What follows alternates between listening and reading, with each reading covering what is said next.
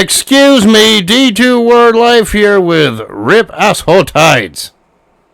More like Rip Burnt Tides. Kevin Life there. More like Rip Burnt Tides. No, D2 Kevin Burnt Life. Kevin Burnt Life? Is that when Kevin Bacon is left in the oven too long, he becomes Kevin Burnt? Yes. And haha, that's a joke because if you cook bacon too long, it becomes burnt. Okay. Right? It becomes crispy. Maybe too crispy. You ever D2 Crispy Life, there you go. You ever eat a blackened, burnt piece of freaking bacon? It feels like you're eating charcoal. It is fucking charcoal at that point. Because it's not even fucking bacon, it's just nothing. It's just, all you taste is burnt charcoal. Yeah, basically that's what it is. Anyway, funny intro aside in the bacon talk, besides that, we're here to do yet another classic pay-per-view review. This week we're reviewing Riptid's favorite Elimination Chamber event, the one from 2010. No, sir. This was your favorite. No, don't be pinning this on me. I mean, you were hella happy last week when you realized we're going to be doing this show. No, I was not. Yes, you were. No, I was not. So, yeah, this week we're reviewing Elimination Chamber 2010. Fucking son of a bitch. And this event took place on February 21st, 2010. 16 years to the day that this video will be uploaded. So, yeah. Yeah, this is the Shawn Michaels screw job. Yeah. And it took place in St. Louis, Missouri at the Scott Trade Center with an attendance of 17,000. Also, this was also where Randy Orton lost in his hometown. Yes. Of course, he was a heel, but yeah, he was like in between being from being heel to becoming a face again at this point. And the man he lost to was Ted DiBiase Jr. Yeah, but we'll get into that here in a little bit when we get into that. Cody Rhodes in a steel pipe. Yeah, we'll get into that when we get into that. Here in a little bit. That's literally the first fucking match. I know, but we'll talk about that when we get there in a little bit. The commentators for this event was Jerry Lawler and your boys, Michael Cole and Matt Striker. No. Also, is this funny? Is that shortly after this event, Michael Cole would do a 180 and suck Mrs. Coattails. Don't even remind me about that.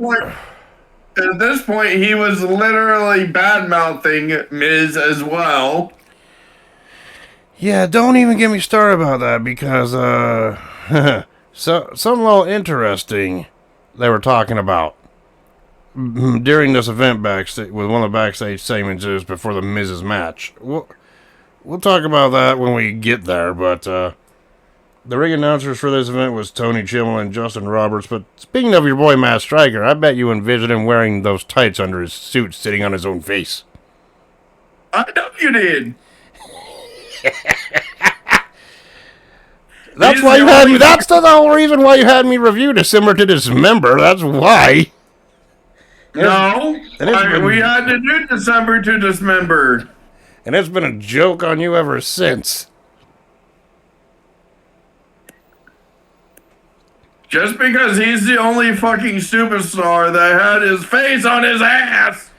Why the hell would you want... Okay, explain this to me. If you were a pro wrestler and you were wearing, like... And say your ring attire was, like, tights or... Hell, even the long, like, tight pants or something like what Christian wears. Would you at all ever have your own face on your ass? No. Why is that? Because it would look weird. And so many innuendos there. Am I right? Yeah, you're kissing your own ass. Basically, is what that symbolism is. But anyway. Well, also, if you fart, you're shitting on yourself. Wait, if you shit your... Wait. So you're telling me if Matt Striker was wearing them tights with his face on his ass and he accidentally shit his pants, would that mean he shit-faced? Yes. These are questions that haunt my brain. Okay, going back here. Special shout out to the dark match that took place before the pay-per-view went live, and that was Christian defeating Ezekiel Jackson 5 days after Ezekiel Jackson became the final ECW champion, but we'll explain more of that later, right? Yeah, because literally the fucking next week, a couple days after, was the debut of NXT. Yeah, and we'll talk about that when we get to that little backstage interview with The Miz, but because Mr. McMahon didn't want ECW anymore. well, ratings for ECW were in the fucking toilet because it wasn't the same as the original, obviously, and they were using that brand more as developmental. Yeah, they had some stars come out of the original ECW, like CM Punk and Kofi Kingston, but other than that, it really wasn't that good. They had Tommy Dreamer. Well, yeah, they had some of the OGs, but I'm talking, newer stars coming up at that point. Right? Kind of like what current day NXT is supposed to do. Right? But anyway, we see the video highlight. We see the opening video highlight package hyping the Elimination Chamber event like, oh, this is the last stop on the road to WrestleMania for pay-per-views. You know, all that. And can anyone survive the deadly elimination? Who's going to survive the Elimination Chambers? But anyway, we get the opening pyrotechnics. We get welcomed by the commentators like usual. And then the first match to take place was the Elimination Chamber match for the WWE Championship. It was WWE Champion Sheamus defending against Randy Orton, Triple H, Ted DiBiase Jr., Kofi Kingston, and John Cena. Oh yeah, and I just love how when Kofi Kingston made his entrance, he kind of quickly glanced back behind him before even approaching the chamber. Little callback to what happened the year prior at No Way Out 2009 that we reviewed 2 weeks ago. Am I right? Yes. So yeah, a little long-term storytelling there. That's a nice little touch. Make sure no one's going to attack me this time, right? Right. Well, this would have been his second time in the Elimination Chamber. Well, technically, since he was in the Elimination Chamber last year, it was they technically made this his first. Yeah, it was technically his first chamber, even though it was his second appearance. Considering he got attacked a year prior, like we mentioned. Right? Yes. So, yeah. And do you remember who attacked him? I have no idea who attacked him. Certainly nobody that gave me flashbacks to a review from last week. Or anything. Right? But anyway, freaking, the two men to start off this match was defending champion Sheamus and Kofi Kingston, right? Yeah. And within the first 5 minutes, it kind of was back and forth, both spilled to the action to the outside of the ring. And then Sheamus tried to finish Kofi Kingston off early with a bro kick, but Kingston avoided it and immediately started attacking him shortly there afterwards. Right?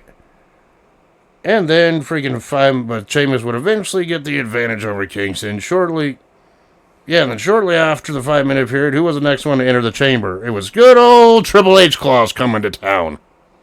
He was a little bit late. No, seriously, with the way the fucking lights hit Triple H when he was getting unlocked from the chamber with that 6 mile, he looked like fucking Santa Claus. Well, he also looked like Kane when he was in See No Evil, Hear No Evil, Speak No Evil. Yeah. And it was so funny, I had to take a picture of it and send it to you, be like, Hunter Claus is coming to town. And you're like, yeah, he's a little late. Yes.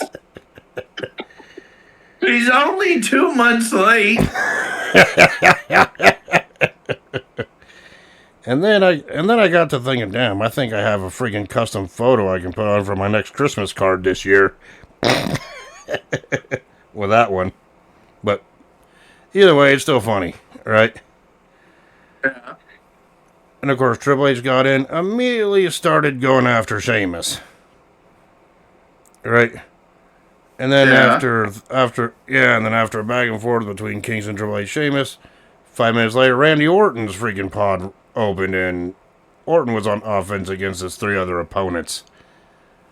And surprisingly, no one's been eliminated yet. There usually is an elimination at this point, but there wasn't. But after Don't forget, Elimination Chamber cage didn't get to taste any of Triple H or Sheamus's flesh at this beginning. yes. But then, after about 5 minutes, Randy Orton was being attacked in the corner. And that's when DiBiase Jr. came out. I wonder what Ted DiBiase Jr. is up to these days. Certainly not facing fraud charges. Oh, my bad. Too soon? Right? Yeah, obviously those have been obviously that made the rounds, but that's not important here. Right?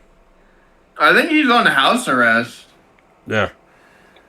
Yeah, but either way, DiBiase looked like he was going to attack Orton at first, but then extending his hands to Orton. And Orton and DiBiase were part of the Legacy stable at this point.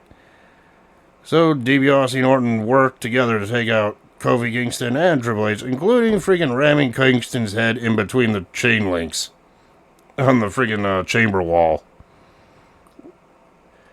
Which I thought, okay. They had to use bolt cutters to cut the chain link of where Kofi's head was because they couldn't get his head out.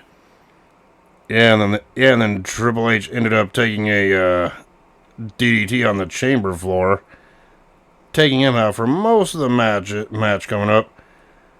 But then Orton and DiBiase were staring down John Cena, who was in his spot, who was the last one to enter the chamber here.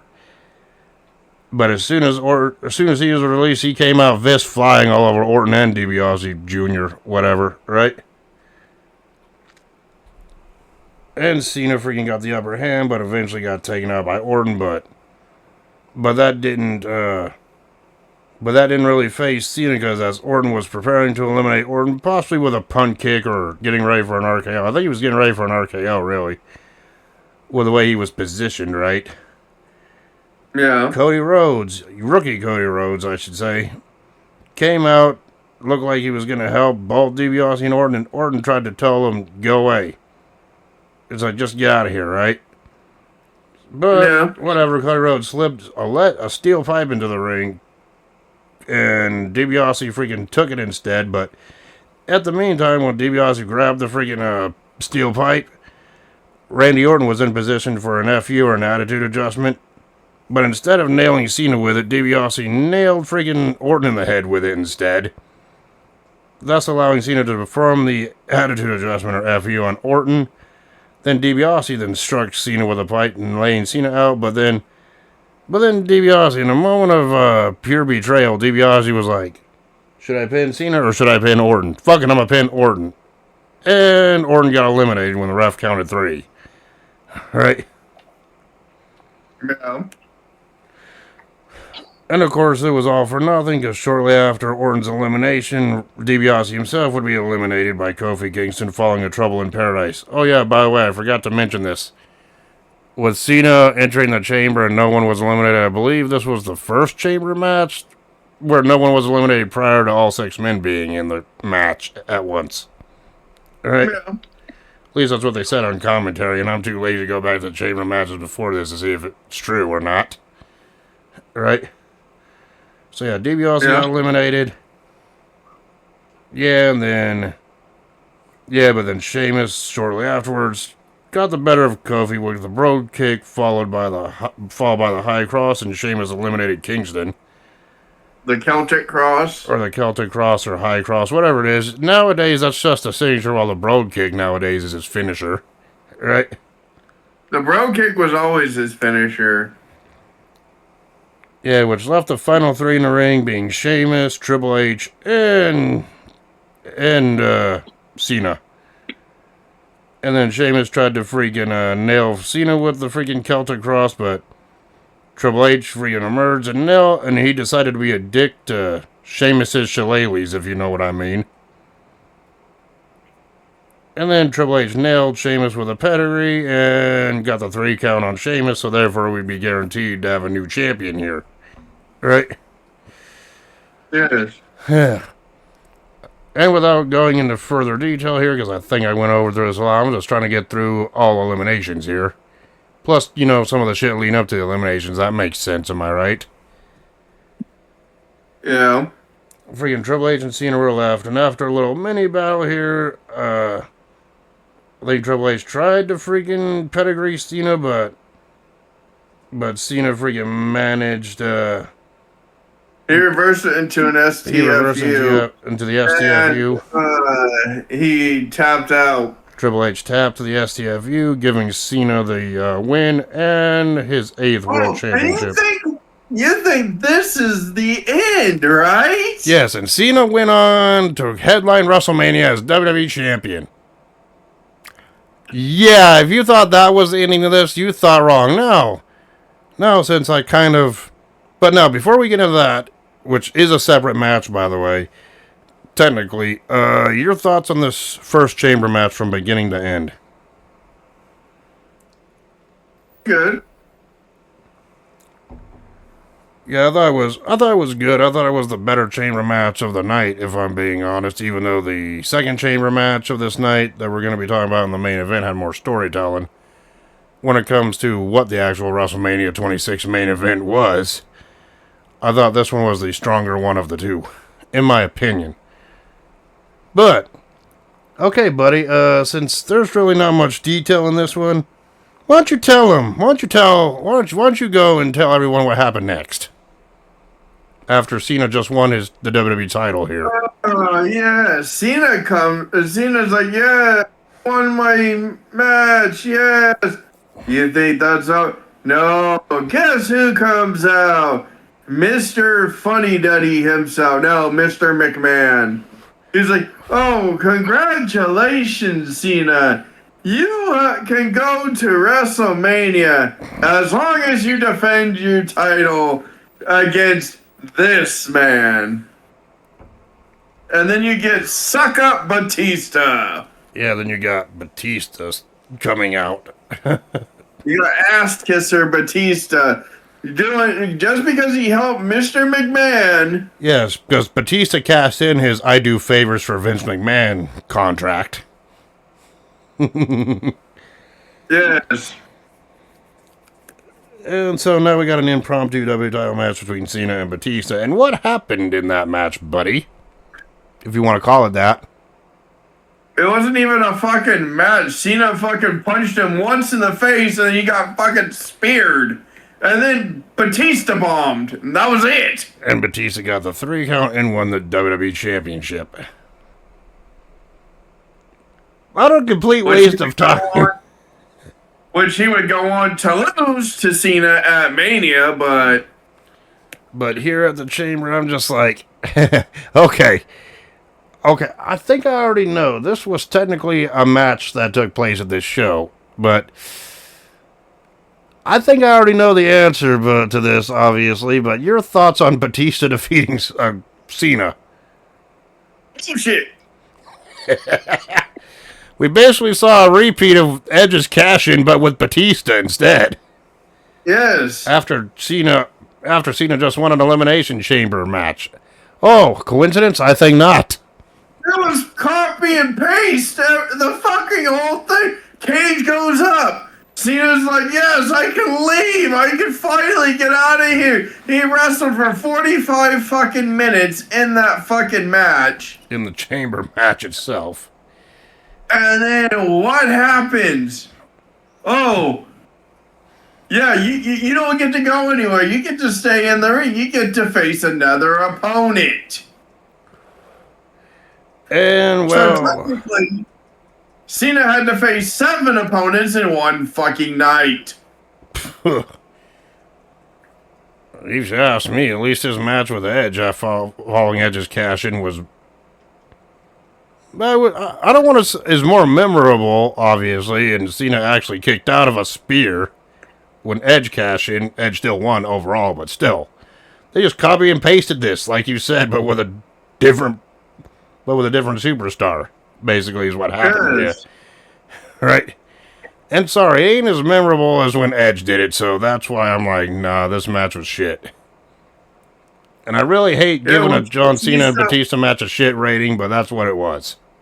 well, technically, this is a rematch to prior show where it was literally Batista versus Cena for the title for the two superstars never faced off against each other. Cena won, and Batista's like, "Oh, the next time that we get into the ring together again, it'll be your nightmare." Well, I guess it kind of was. This match was really short, if And you then want to call it that. It was more of a squash. And then Batista could after this, Batista would lose the title at Mania to John Cena, which prompted their freaking I Quit matches. Yeah, their last man standing match and their I Quit match, and then afterwards, Batista quit, legitimately, and left the company. For the first time. Yes, and then he never came back again. A few years later, he comes back again. Daniel Bryan was moreover. Bad timing. Not once, but twice. And the last time was when he faced Triple H. Which that return was more better received than his 2014 return. That one totally shit the bed, Fred. You know what I'm saying? Yes. Yeah, but anyway, we go to the next match. I don't know. Was there a backstage segment here before this next match? I think there was. I just don't remember. But either way, freaking, we go to the next match here, which was young Drew McIntyre defending the Intercontinental Championship against Kane. And Jesus Christ, seeing Drew McIntyre young like that once again compared to his current version looks like two different people, in my opinion. Right? Yeah. I mean, of course, I do like the Broken Dreams theme song that he had at the time. That's still a banger, right? Yeah. And of course, what did you expect from a young Drew McIntyre versus Kane match? Kane was dominating McIntyre throughout most of this matchup, right? Including clotheslining McIntyre over the freaking top rope. And then McIntyre tried to fight back a little bit, but every attempt McIntyre had of getting control, Kane would thwart it. Right? And then McIntyre would try to leave. Long story short, McIntyre would try to leave with a championship. And then Kane brought him back into the ring. Referee was distracted by McIntyre, which gave McIntyre the advantage to poke Kane in the eye, nail the Future Shock DDT, and retain the Intercontinental title by pinfall. Your thoughts on this? It was bullshit. Of course, yeah, Kane did look strong, dominating McIntyre before McIntyre had to cheat like that to retain his title here, but it wasn't a show stealer at all, and for Kane fans, this wasn't the end of the world in 2010, because Kane later on in the year would win the Money in the Bank at the first ever Money in the Bank pay-per-view, and cash in the same night to win the world title, which we already did a review on Money in the Bank 2010, if you want to hear our thoughts all about that. So, yeah, I wasn't too into this matchup. It felt more like a match if we could have seen on SmackDown at the time. You know what I'm saying? No. But, yeah. Is it bad that last week when we talked about this match happening on the show, you're like, well, Kane obviously won that. I thought to myself, yeah, you're wrong, because I'm looking at the shit right now. But I didn't want to give that away, you know what I mean? Yeah. But anyway, whatever, it was a victory for McIntyre, who still remained undefeated, and it was a few weeks later on SmackDown, McIntyre would lose his rookie undefeated streak to The Undertaker in a match, so there you go, right? No. Oh, and what followed Oh, and what followed this was... And what followed this, we seen freaking Maurice and Gail Kim in the back. Maurice was confronting Gail Kim, and it was supposed to be them, Maurice and Gail Kim, going one-on-one for the Divas Championship, considering that championship was vacated. At the time, I don't even remember why. I don't care. Why, you know what I'm saying? I got injured. Yeah. And both Gail Kim and Maurice made their entrances look like they were about to have the match started when all of a sudden you hear, "Excuse me!" Your woman, Vicky Guerrero, then came out. No, sir. Who was the SmackDown general manager at the time, and we all know that was your woman. You know how much you love the OG Karen. No, sir. That was your woman. No. Yes. But whatever, Guerrero said that this freaking Divas title match will not be happening tonight. Instead, it will be Gail Kim and Maurice actually teaming up to face off against Michelle McCool and Layla instead. Right? And obviously, Maurice and Gail Kim wanted nothing to do with each other. Gail Kim was the legal person for her team the whole time. It's like McCool and McCool and Layla were dominating Gail Kim, and Maurice never tagged in at all. This was just a glorified handicap match. That's what this women's tag match was. Basically. Yeah. And despite trying to fight back, Gail Kim would not get the advantage over this. McCool nailed her version of the Styles Clash, whatever the name that was, the Faith Breaker, onto Kim, getting and Michelle McCool and Layla Cole got the win here. Following the match, Maurice went up to Gail Kim and performed the French Kiss DDT, or her finishing move on Kim, and ending the segment. Your thoughts on this impromptu Diva women's tag match? It was okay. I really wasn't into this one. Of course, you gotta think women's wrestling in the early 2010s really could have used improvement. Thank God we got that nowadays. But I gotta tell you this women's tag match on the show, way better than that Batista-Cena match, if you want to call it that. I still stand by that today. Right? Yeah. And of course, afterwards we go backstage where The Miz is being interviewed by Josh Matthews, and about this new show called NXT, which at this point NXT was just starting up its game show phase. Considering the last episode of ECW was on Sci-Fi was, I believe, the week prior. Right? Yeah. And The Miz talked about being the mentor to an up-and-coming indie wrestler by the name of Daniel Bryan, who sounded like a real Star Wars convention nerd. And about this version of Daniel Bryan, he was probably a weeb too, probably ain't going to amount to being a world champion at WrestleMania or anything, so we don't got to worry about that. Just like he would not be taking over WrestleMania a few years from this point, ruining all of Vince McMahon's top guy plans for WrestleMania, am I right? Yeah. Or anything like that. And I'm being really sarcastic here, right? It's not like he turned on the Big Show. And then however, in the middle of the Miz's spiel, he was interrupted by MVP, who informed The Miz that the two had a match coming up next, and it's going to be for the United States Championship, so yeah, MVP told Miz, you better get dressed and ready for combat. Our match is next, basically, right? But then we go back to ringside. We won the tag match on Raw. Reminds me, we won our non-title tag team match, so I demand a U.S. title match. Yes.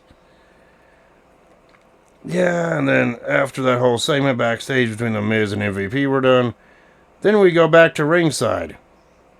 And who did we see come out? We saw William Regal come out, right? And I'm Yeah. sorry, but it's hard to see William Regal come out to the ring these days without him yelling out, "War Games!" But no, that's not what he was doing here, obviously, right? Yeah. And William Regal came out and he was cutting an in-ring promo about this new show called NXT. Yeah. This new show called NXT. Jesus Christ, man. Heard it was more, yeah, like I said, it was the first ever game show incarnation. NXT, it probably won't freaking last. I bet it dies out within like a year or two. Yeah, that's more sarcasm, by the way. Right? Yeah. Because I know NXT is still a thing today. Right? Yep. Yeah, and then right in the middle of a spiel about the first ever episode of NXT, who was William Regal interrupted by? Oh yeah, that's right. He was interrupted by the 2010 Royal Rumble match winner, which was Edge. And explain to me this, buddy. When Edge and William Regal were in the ring cutting their own promos on each other, why was I having flashbacks to a certain show you had us review last week? I have no idea, buddy. I mean, it's not like those two fought with like a ridiculous stipulation like brass knuckles on a pole or anything like that. Yeah, I don't know, buddy. Oh yeah, and fuck you for making me watch No Way Out 2002, asshole. At least that's done in the books. I don't have to worry about it again. Anyway. Yes, but you have to watch my pick next week. Oh, I know. And some tells me I may like it or I may not like it. I could go with any show, really. But anyway, Edge freaking stated that he'd still be deciding on which championship to challenge for at WrestleMania, and that he would reveal who he's going to be challenging the following night on Raw after this. And to end this freaking promo segment off, Edge then speared Regal. And I am just, and the whole time I'm watching this, I'm just like, why? How come that happens lately when we review something, we watch like a different show like a week or two later and it reminds us of said shitty show? Like a segment does. I'm like, what the hell? Right? It's going to be the first time like this happened. I'm like, I'm having flashbacks, bro. What the fuck? Right? But anyway, after that business was done, we go on to, I guess you can call this the semi-main of the night, which it technically was, and it was for the U.S. Championship. It was the U.S. Champion, The Miz, who was also one half of the Unified Tag Champions, and he had Big Show in his corner, keep that in mind. And he was defending the U.S. title against MVP with Mark Henry in his corner. Right? And story on this one, like you said, freaking MVP and Mark Henry got a victory over Miz and Big Show in a non-title match on Raw, thus setting up this match. After MVP freaking demanded one backstage. And of course, Well, also, Big Show had turned on his former tag team partner Chris Jericho, saying, "Oh, Jericho always looked down." And yet, not even that long after this, Show Miz would literally break up. Show Miz, yeah, how original. We all know your favorite tag team at this point was Show Miz. No. I mean, hell, at the time, we were in high school at the time, and I bet every Monday and freaking Friday coming back from school, you're like, can't wait to watch Raw tonight and see my favorite tag team, Show Miz. No, oh my god, I gotta go see, I gotta freaking watch The Big Blow. God damn it. Shit, back in my day, we called him the Big Slow. You called him the Big Blow? What the hell's wrong with you? Because all he knew how to do was blow hot air. But anyway, going into some of the details, some of the match, MVP took advantage, dominating the Miz before Miz was able to fight back with a swinging DDT. But MVP took advantage when the Miz freaking climbed up the top rope, so Miz knocked or MVP knocked Miz off the top rope. And of course, Big Show pulled Miz out of the ring, saving him for freaking more damage from MVP here. And then Mark Henry went charging, and then there was a brawl between Big Show and Mark Henry on the outside. Henry charged at Big Show, but Big Show got out of the way, so Henry threw himself through the security barricade at ringside where the timekeeper's table area is.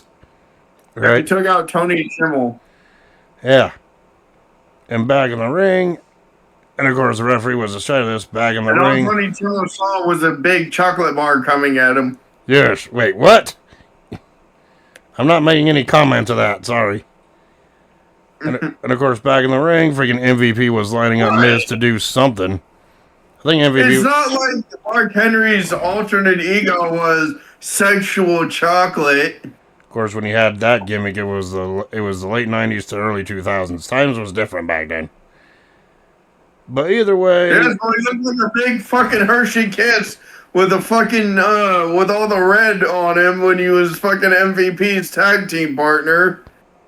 So that you dress up like a big ass fucking Hershey Kiss rapper. I'm like, okay, so it's a big, so now he's dressing up as a big giant chocolate. Okay. Yeah, well, can you imagine instead of a red singlet, if he was wearing an orange singlet, I'd be looking at that being like Reese's. Okay, let's move on here. Back in the ring. No, you're thinking Kit Kat. Jesus Christ. But anyway, back in the ring, when the referee was distracted by Mark Henry. Kit Kats. Yeah, I know Kit Kats. Kit Kats are delicious, but I prefer Reese's better, but we all have our own different tastes. I'm just saying I'm not making fun of him. I'm just saying that's what I thought that he looked like, because all he was doing was dressed in red. Yeah. And he was running, so all you would see is a big chocolate blur. Yeah, whatever. But speaking of candy, can we just please all agree with this? Friggin' Reese's is the king. Kit Kats are all right, but black licorice is absolute shit. No, black licorice is good. No, it's not. Yes, it is. No, it's not. Back to black licorice. You must have no taste buds then, because it's absolute garbage. I like it. You know I'm only doing this to take the piss out of you, right? I bet you like grape licorice. That sounds horrible. Oh, it is. That sounds fucking horrible, bro. I don't want any of that. I don't like licorice, period. Not even the red kind. But anyway. The red is good, too. Yeah, I know it is, but I'm not a fan of licorice to begin with. But back to the situation at hand here, please, for a second.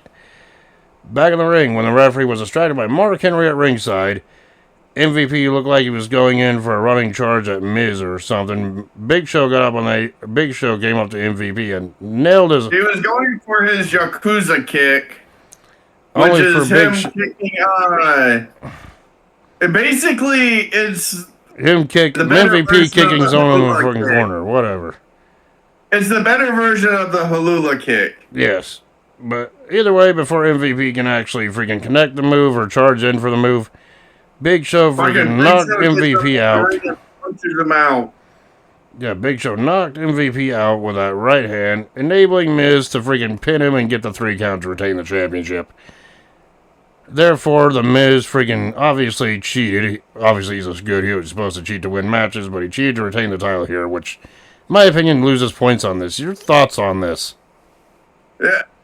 He called it his fist the KOP, the knockout punch, which he would rename later on. The WMD. As the WMD, the weapon of mass destruction. Yeah. Oh, boy. So yeah, that one I really wasn't a big fan of. But anyway, let's get to the main event. I'm pretty sure this is the one that you all have been waiting for us to talk about here. And this was the one for the World Heavyweight Championship. It saw The Undertaker defend against CM Punk, Rey Mysterio, Chris Jericho, John Morrison, and R-Truth. Yes, a rare R-Truth main event.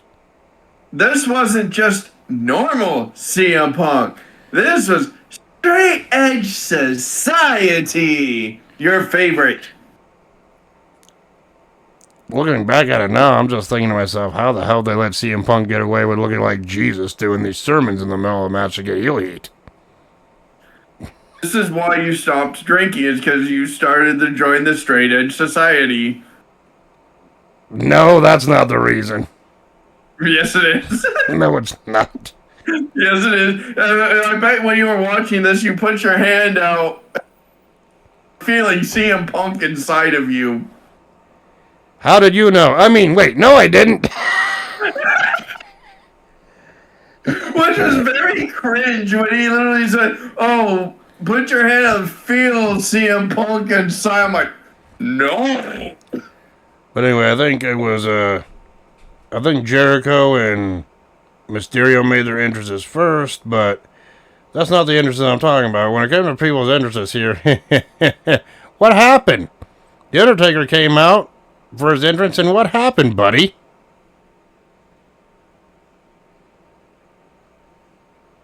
Nothing happened. He came out as a regular entrance. He didn't get burned whatsoever.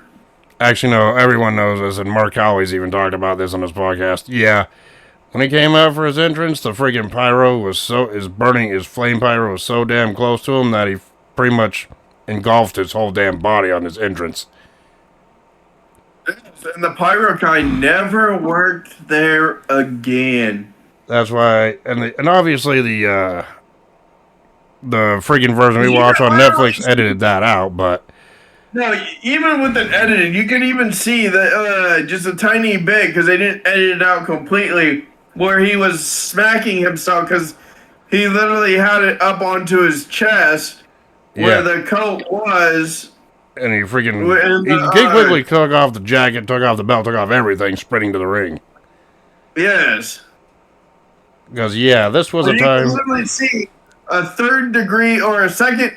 Either a third degree or a second degree burn on his chest, abdominal region, where he was kind of milking it a little bit. Yeah. And I know the Undertaker, or Mark Howley, or the Undertaker, whatever you want to call him, was passionate on not breaking character. He understandably broke character running to the ring after getting burned like that. Right? Yeah. To where he's like, fuck. I bet he was thinking, fuck. Right? Yes. Yeah, and he even told this story, too, that, he took the jacket off, the freaking arm sleeve was completely burnt and shriveled up and shit like that, like you'd see on a leather jacket being burnt. But he even said, in hindsight, it was a smart decision. He was thinking about wearing his other ring entrance gear, the sleeveless vest or sleeveless coat that he was wearing around at that point. But last minute, he decided to change his mind at the last minute right before going out to switch to his freaking sleeve jacket instead. Had he not done that, he wouldn't have been competing because his arms would have been totally burnt to a crisp. Yes. And he complained to the pyro guy in the weeks leading up to this show, too, saying, those flames are getting too close, push him back, but the pyro guy never listened. Basically, and what happened after the show? Vince was like, "Oh, what happened? Why are you burnt? Jenna, stop! You'll go to the potty after I'm done with this." Yeah, and pretty much the Undertaker explained that. I told the pyro guy the pyrotechnics were getting too close to me, and I ended up shooting him off and burning me during my entrance. Let's just say that pyro guy got fired after that incident. Yeah. Imagine that pyro guy going home to his wife. Yeah, how was your night work? Oh, it was great. Worked with a lot of co-workers. All the wrestlers were great. I got fired. Wait, you got fired? How'd you get fired? I almost cremated the Undertaker, the most respected, long-tenured superstar there. You did what? Can you imagine that shit? Yes. But anyway, going into this match briefly here, CM Punk and R-Truth were the first two in the ring, and during this whole time, the Undertaker was trying to douse himself with water bottles, trying to heal them burns the best he can before he had to come out in the match, right? So, No, it was a 2-degree burn because it was becoming a 3rd-degree burn because you can still see the redness of it. Is he freaking if he didn't pour water on himself, that would have been a lot worse than what it was. So yeah, R-Truth, but either way, R-Truth and CM Punk had a little scrap. Lasted about maybe 3 minutes. Punk eliminated R-Truth with a GTS. And then he decided to cut his little sermon in the middle of the ring for the next 2 minutes before the next competitor entered the match. Oh, and we all know you raised your hand to feel CM Punk coursing through your veins during we this. know that you did. Yeah. But anyway, after his little promo where we were shit talking. Yes, CM Punk, I bow to you. Yes, I feel you inside of me. That was you. Was AJ Lee saying the same thing on multiple occasions? This was before she even came to the company. You know what I mean. Yes. But either way, awkward dirty joke aside, Rey Mysterio was the next one in there, and Mysterio got rid of Punk.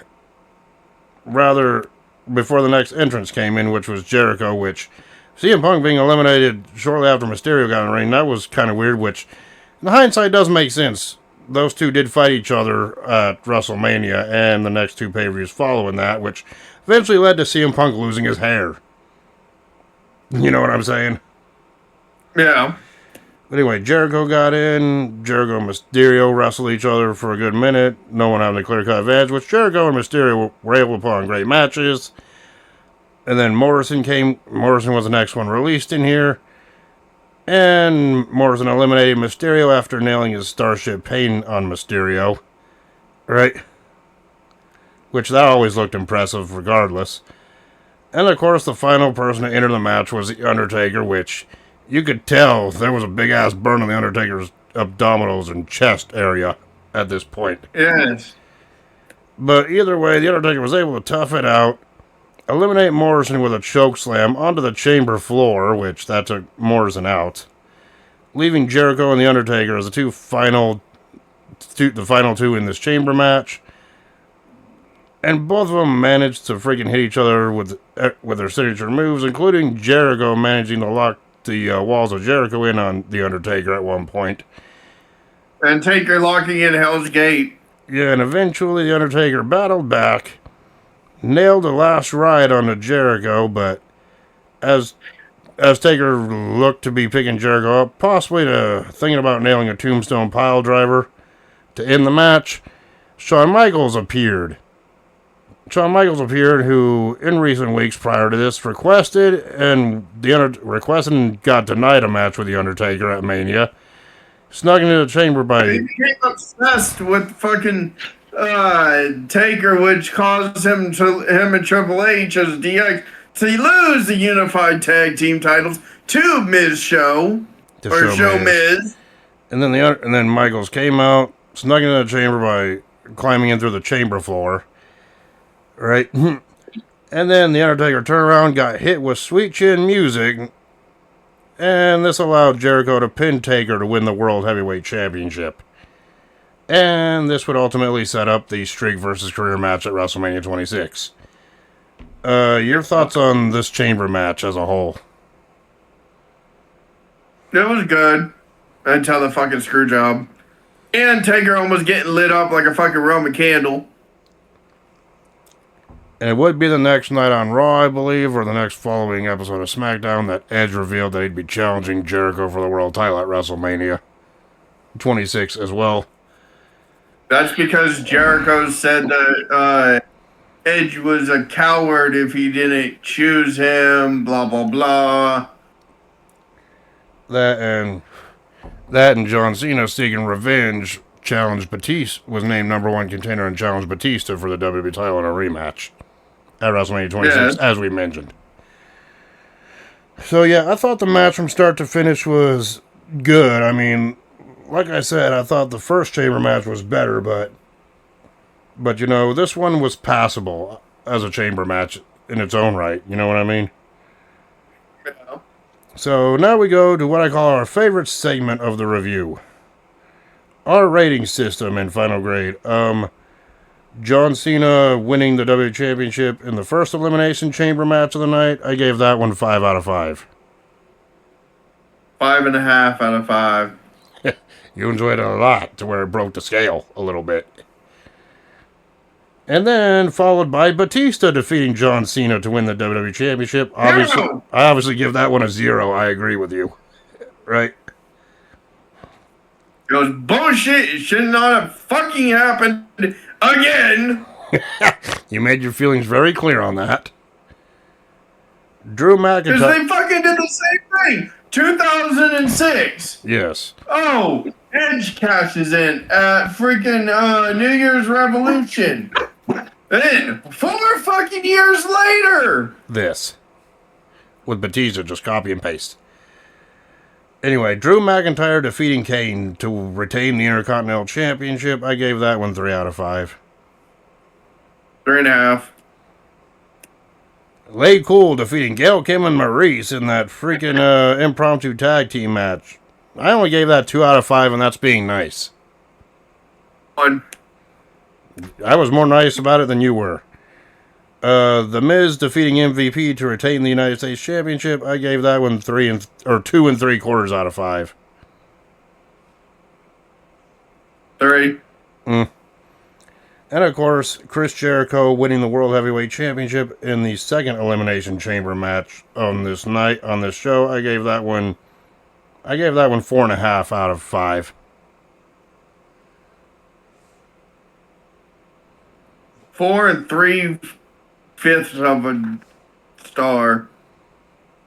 Okay, Scott Steiner. So my final grade for Elimination Chamber 2010 is a C. The only matches I would recommend you going back to watch is either the W title Elimination Chamber match or the World title Elimination Chamber match. You can skip everything else and not miss anything really. Especially the Vicky Guerrero coming out. That was the weakest fucking shit of the entire show. So yeah, what's your final grade for Elimination Chamber 2010? Low C. Okay, so I gave it a C, you gave it a C minus, whatever. So, that's our thoughts on Elimination Chamber 2010. Now, buddy, I think I already know this, but what are we going to be watching next week on the review? Oh, it's going to be eliminate. No, it's not. It's going to be. Let's see.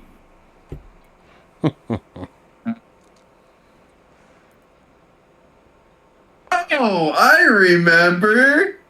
It's Judgment Day 2003. Oh, God. We get to see Mr. America, a.k.a. Hulk Hogan, versus Roddy Piper and Vince McMahon. Wow. Then we also get to see the stretcher match. Now let's Brock see. Lesnar versus Big Show. Big Show. So like you said, we get... And it's not a normal stretcher match either. There's a forklift involved. Yes. So we get to see... Because Brock Lesnar couldn't push the 500-pounder up the damn ramp. So yeah, like you said, we get to see Mr. America versus Roddy Piper. A.k.a. the last time Hulk Hogan and Roddy Piper fought each other on pay-per-view.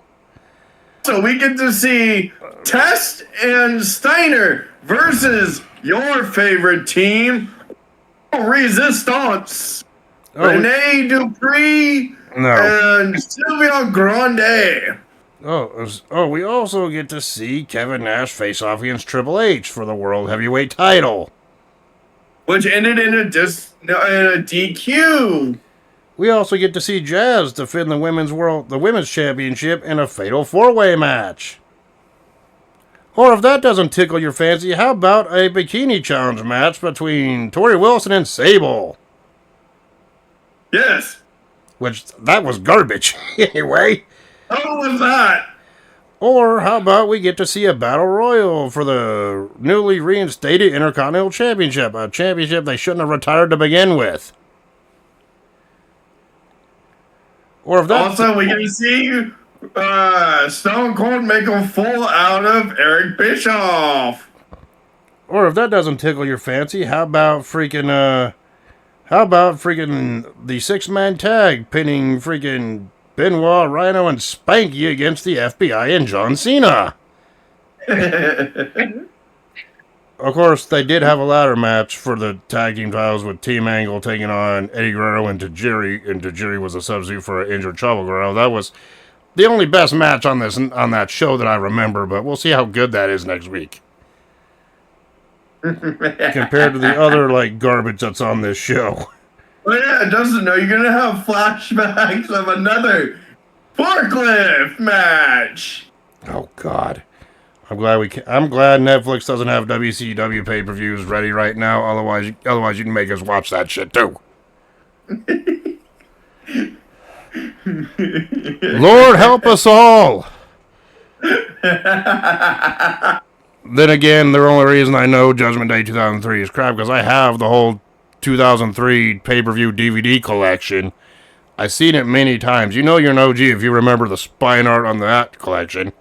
That says 2003 all the way across. Well, you're also OG when you know that the fucking beginning was fucking Taker's entrance when he came back in 2000. Yep. Yeah, anyway. Yeah, the freaking American Badass theme. Jesus Christ. Anyway, that's for next week. Judgment Day 2003 review next week, but if this event tanks, be afraid, because it'll be my pick the following week after that. But before that, we got Judgment Day 03, Elimination Chamber 2026 pay-per-view, plus my next pick. It could be a WrestleMania. It could be another crap show. It could be a good show. Guess we'll find that out after Elimination Chamber 2026, am I right? Oh, but you'll also know that after that, it's my pick yet again. Yes, I know. Be afraid. Be very afraid. So anyway, next week we'll be reviewing Judgment Day 2003. So until then, we will talk to y'all later. Peace. Deuces.